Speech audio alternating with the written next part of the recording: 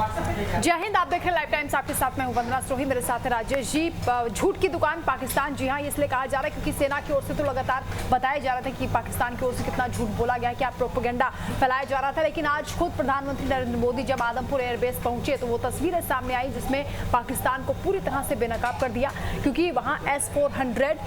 और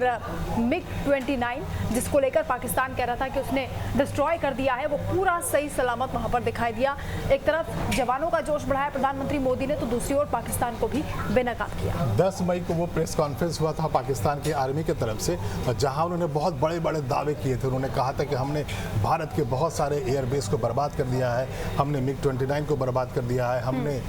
S-400 को बर्बाद कर दिया है। और उसी का जवाब देने वंदना आज प्रधानमंत्री वहां सवेरे सवेरे पहुंचे थे, और उसके बाद उन्होंने जो सवेरे में जो सरप्राइज दिया है पूरी दुनिया को, देश के हर नागरिक को यही दिया था कि पाकिस्तान पहले भी झूठ बोल रहा था, आज भी झूठ बोलता है और शायद आगे भी झूठ बोलेगा। और इसीलिए बैकग्राउंड में वहां पर S-400 नजर आ रहा था। ये मैसेज दिया जा रहा था कि जिस आदमपुर एयरबेस के बारे में पाकिस्तान बड़े दावे कर रहा था कि हमने बर्बाद कर दिया है, वहां पर अभी हमारा MiG-29 खड़ा था,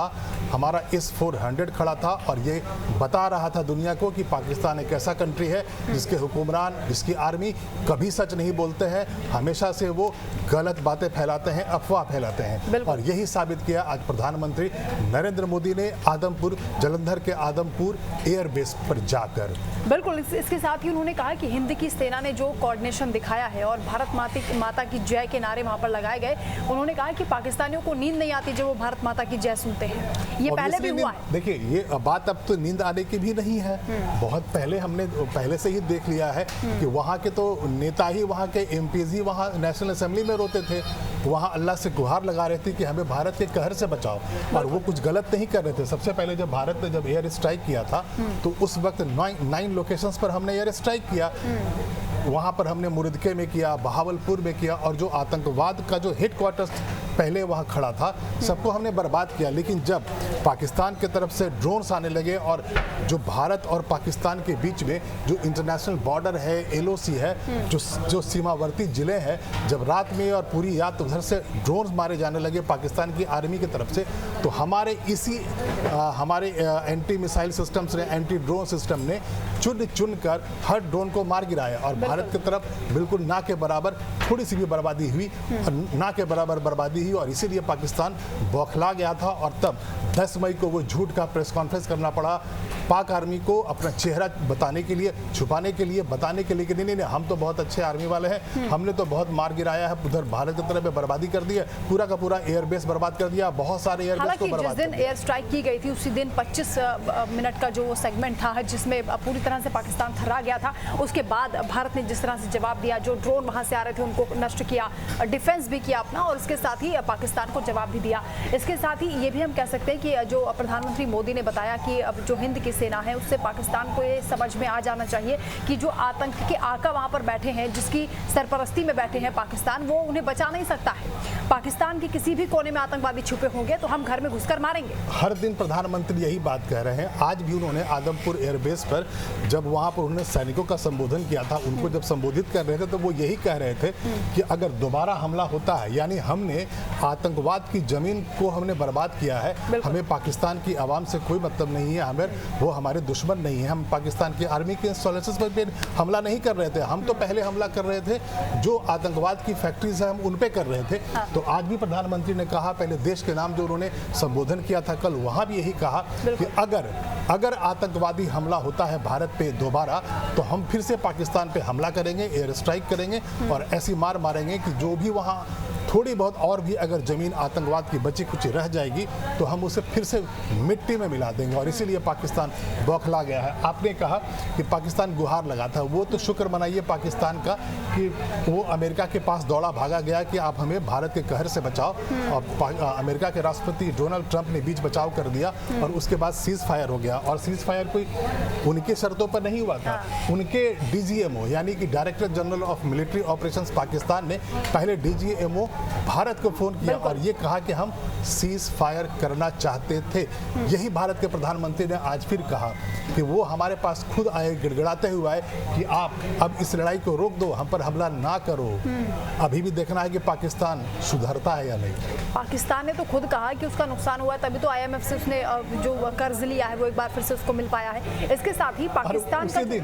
दिन वो ट्वीट भी याद है जो एक्स पर पोस्ट आया था और वो पाकिस्तान के सरकारी हैंडल से आया था और उसमें ये लिखा हुआ था कि हमारे एनिमी ने यानी भारत ने हमारे ऊपर जिस तरह से प्रहार किया है तो हमें पैसे की अब बहुत कमी है रिकंस्ट्रक्शन करने के लिए। तभी वो पैसे मांग रहा था और भारत में लोग कह रहे थे कि देखो सिर्फ 2-3 दिन की लड़ाई में पाकिस्तान का ये हाल हो गया कि वो अंतर्राष्ट्रीय बिरादरी से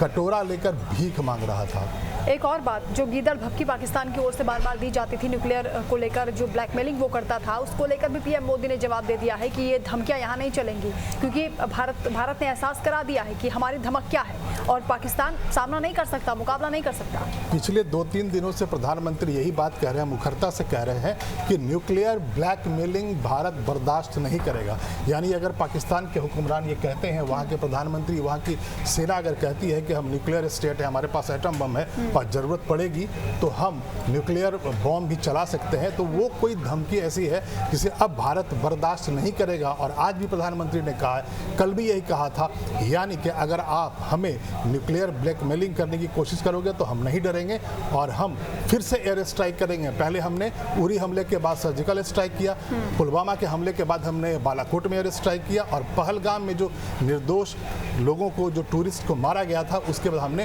पूरी दुनिया ने देखा कि हमने अभी एयर स्ट्राइक कोई ऐसा वैसा नहीं किया।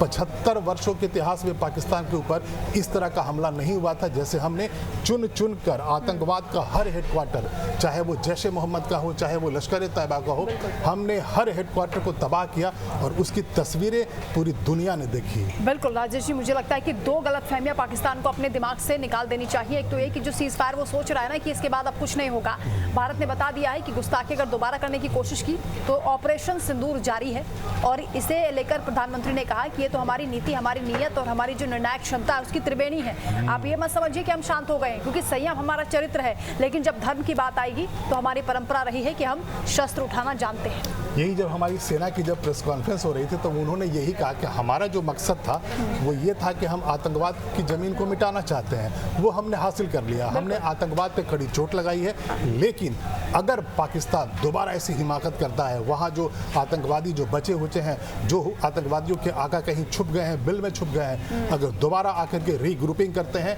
आतंकवाद को बढ़ावा देते हैं और भारत की तरफ फिर से अगर आंख उठाकर देखने की कोशिश करेंगे तो पाकिस्तान, भारत की सेना ने भी कहा और भारत के प्रधानमंत्री ने भी कहा कि हम दोबारा हमला करेंगे। और इसके साथ ही कश्मीर के मुद्दे पर यह भी गलतफहमी पाकिस्तान को निकाल देनी चाहिए कि कोई तीसरा देश हस्तक्षेप करेगा, क्योंकि मध्यस्थता की बात जब ट्रंप के सामने आ रही थी उसको लेकर अभी विदेश मंत्रालय की ओर से साफ कर दिया गया है कि कोई तीसरा देश इसमें मामले में नहीं आ सकता है। ये भारत का प्रण है। देखिए, भारत और पाकिस्तान के बीच में ये जो कश्मीर मसला है वो 75 वर्षों का